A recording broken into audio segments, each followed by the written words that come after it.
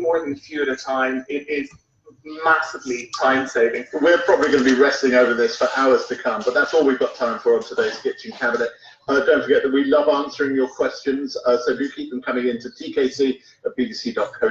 Nothing is too simple or too challenging or frankly too silly for this panel. And if you have an opinion on garlic presses, I know you do, get them in. But until next week, it's goodbye from me, Jay Rayner, Samaya Osmani, Jordan Burt, Tim Hayward, and Dr. Annie Craig. Goodbye, panel. Bye. The Kitchen Cabinet was produced by Hannah Newton. The assistant producer was Minnie True. And it's a Something Else production for BBC Radio 4. Costing the Earth turns its focus to Britain's coasts and wildlife after Brexit to take a detailed look at the issues. That's coming up shortly, and in half an hour, Michael Rosen and BBC presenter Ben Bullis spoke about how we change our names. That's in Word of Mouth at 4. But first, let's save the planet. The climate is changing because of our carbon emissions. And here's how we can reduce them. Eco-friendly logging in Indonesia, no maintain beef production in Scotland. And seaweed farms off the coast of New York. Give a massive reduction when someone eats a seaweed versus a pig.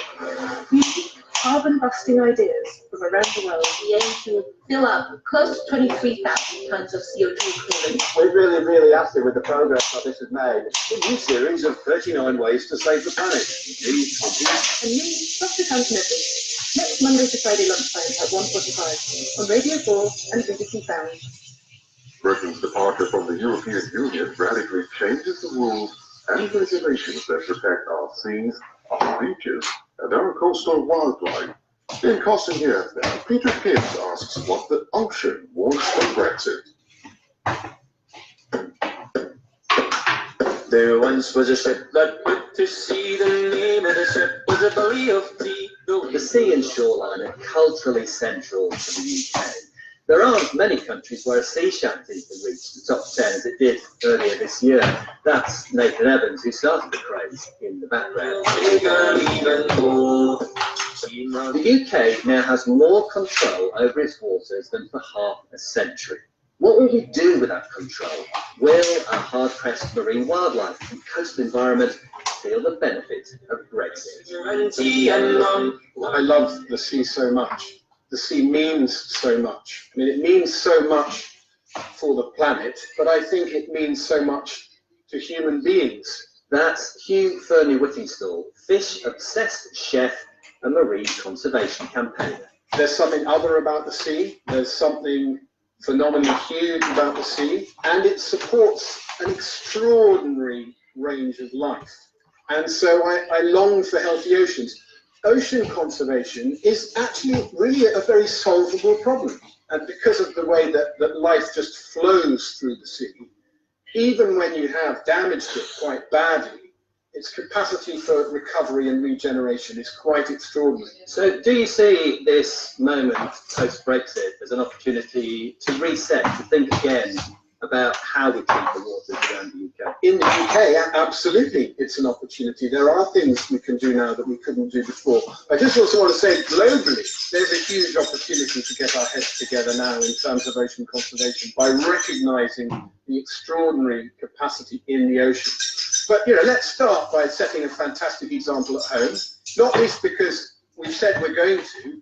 The government announced quite some time ago that it was going to create a world-leading, they do love that phrase, network of marine reserves around the UK. I was involved in the campaign to make that happen a decade ago when I first made the fish fight programs. There are about 77 of these things now.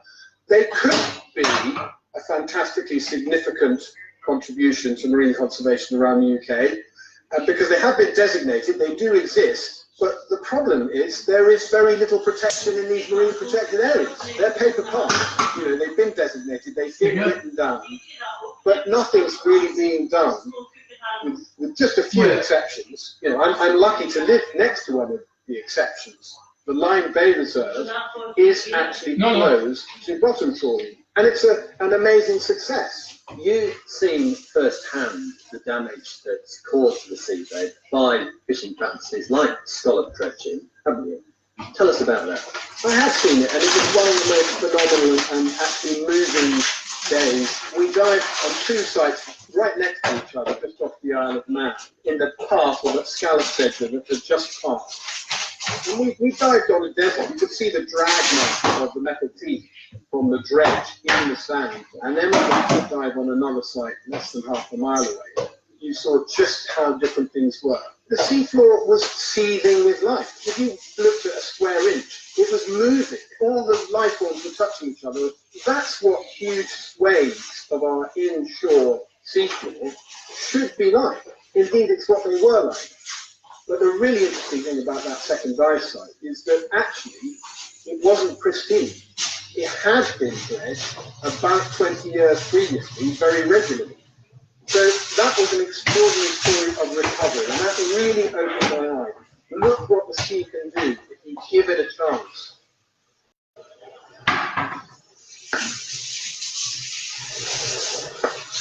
The UK's biggest and highest value fisheries are around Scotland. Bernadette Bucket from the Scottish Wildlife is hopeful that both Brexit and the UK's already existing network of marine protected areas, the FPA, can be harnessed to restore the UK's marine ecosystem, improving capacity and sustainability. These two are totally interdependent upon each other, including the new management measures to happen in marine protected areas. The Marine Conservation Society released a report and they considered all the bottom trawling going on in the UK. This was occurring in 98% of offshore MPAs. The highest trawled area was unfortunately in the countryside MPA in Scotland. And when they looked at who was actually conducting some of the fishing activity in that area, it was primarily the UK. One small silver line is connect structure is that we removed ourselves from this common fisheries policy and have stepped away from the joint recommendation process. So previously, as part of the common fisheries policy, if we wanted to impose any management measures in offshore MPAs, we had to go through what's known as the joint recommendation process. So this involves proposing our management measures to limit fishing activity in offshore MPAs, and then making sure that all other member states actually agree to those measures.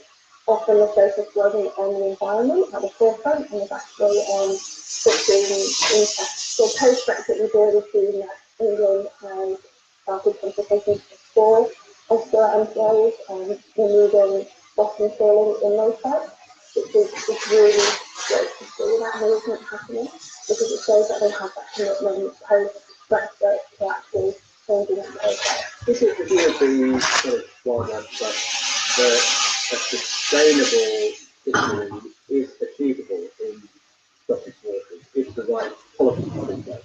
It's not fishing activity itself that is the problem, it's overfishing.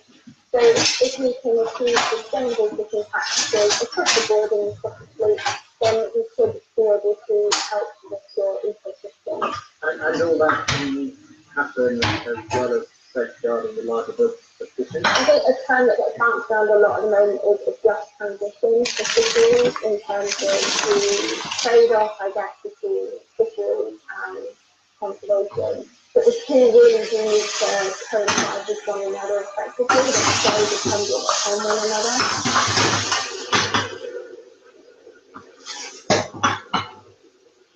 Hello, my name is Henry Brookbank. I'm from the Sussex Wildlife Trust. I'm the Director of Conservation there, and I'm also Chair of the Help Ourselves Partnership.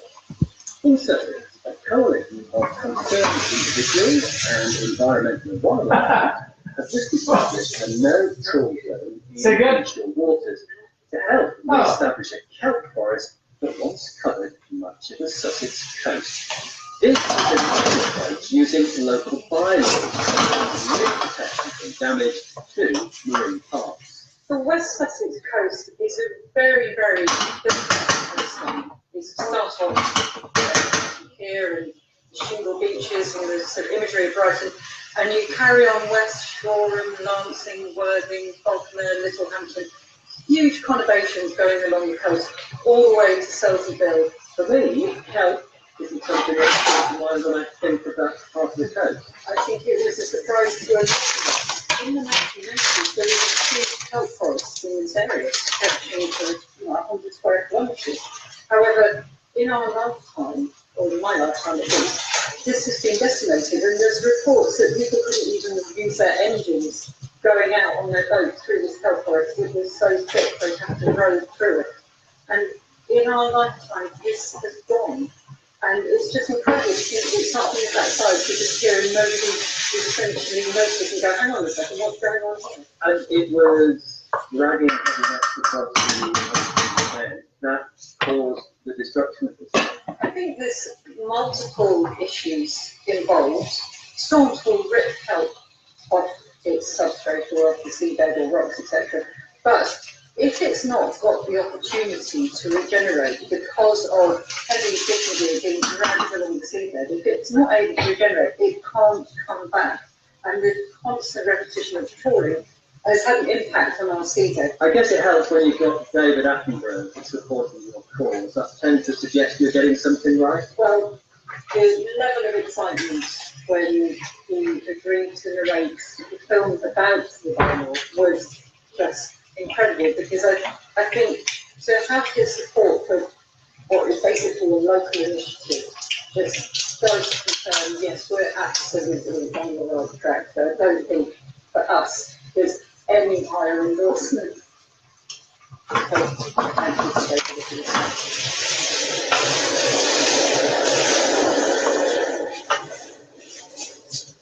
A recent paper in the Science Journal Nature suggests that on a global scale, oxygen may be contributing as much to climate change as the entire aviation industry. Climate change is a serious threat to world oceans. So I want to find out what's happening in the waters surrounding the UK, starting with someone who knows those seas like the back of his hand. My name's Peter Bruce. Skipper of the Peterhead fishing trawler Buddy Rose.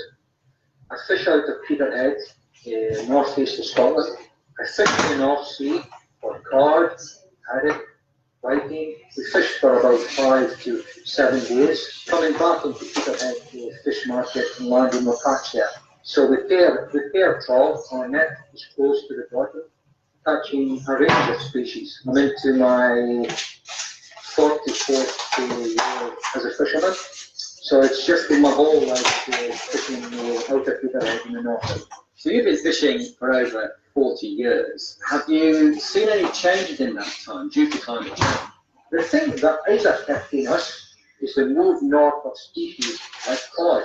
Now, the southern North Sea used to be a great breeding ground for cod before, but there's very, very little cod in the southern North Sea. All the cod seems to have moved north, and that is a big worry for us, because there's a bigger concentration of boats fishing east of Shetland, west of Shetland than there used to be, and it's putting a lot of pressure on the fishing grounds up there. So the people who make their living from the sea are noticing changes. But what do the scientists